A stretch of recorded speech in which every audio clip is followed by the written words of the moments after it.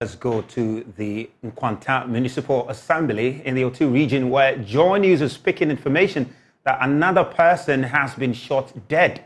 It's been the hotbed of disturbances in the last few weeks, prompting a curfew in the area. At least 12 persons have been killed in the disturbances believed to be land and chieftaincy related. The fresh hostilities come just days after the chairman of the Municipal Security Council, Bright Lenwa, announced plans to tighten security following what he says are the fresh twist in the conflict. We'll take you live to the area shortly, but first, here is a background. Somewhere yesterday, in the early hours of yesterday, I was informed and briefed by the security.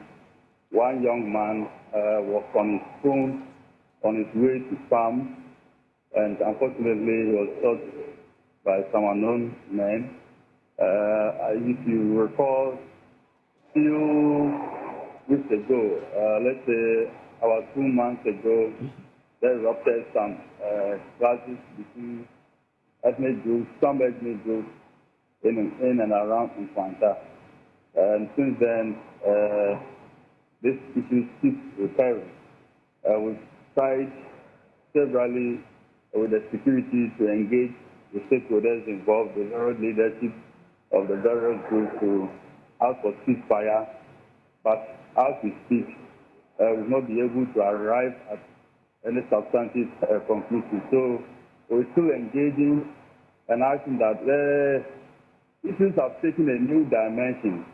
Originally, it happened, or it was happening in the town, but due to the heavy deployment of security to the Nkwanta township, it has taken a new dimension. Now it's happening at the outskirts of town and in nearby villages and communities, and we'll be meeting and then trying to figure out some other measures that we need, or some other security strategies that we need to adopt to ensure that this thing to find a lasting solution to it once and for all. So that was Bright Lenwa speaking to us some days ago on that very incident. And our OT regional correspondent, Peter Seno, joins us via Zoom now for more on this.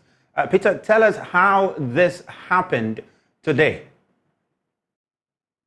Yeah, we know it was really yesterday that a man went to his farm to get some food items for the family, and then when he was also shot by an unknown gunman. And so, as we speak, the counter-terrorism unit of the Ghana Police Service and some other officials are on a search mission to retrieve the body from the bush. That is what we can report on the current developments and now.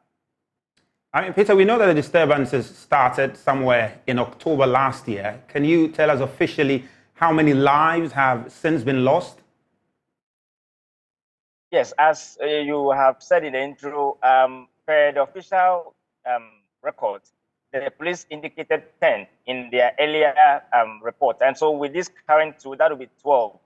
But the Regional House of Chiefs have also been telling us that per their information, 16 people or persons have died so far. And so with this current two, if that is anything to go by, that will be 18. But we want to go with official from the police service. And so this would be the 12 persons dying from this conflict. Earlier, we had the Municipal Assembly head, indicating that security was going to be tightened in the area. What has happened as far as security in the area is concerned? Yes, for all we know, as for Nkwanta town, the municipal capital, security has been beefed up, and then I should say it is tight.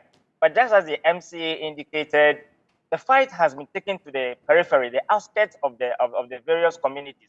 And so for me, it will be very difficult for the security persons to be manned in almost every village or every farm. And so that is a difficult bit of it. Nkwanta town is safe, it is peaceful. But the periphery, the villages around, that is where the killings are ongoing. And so we are yet to speak to the MCE as to exactly what they are going to do to contain the situation. But for now, in a private conversation with other people, they think that the people themselves involved in this conflict must sit down and see the way forward rather than waiting for other persons to come and then have any peace talk with them. And so this is what is unfortunate that is happening in Nkwanta South, Nkwanta Municipal Assembly as we speak. Well, Peter, thank you very much. And of course, I will keep in touch with you for more updates from Nkwanta. Meanwhile...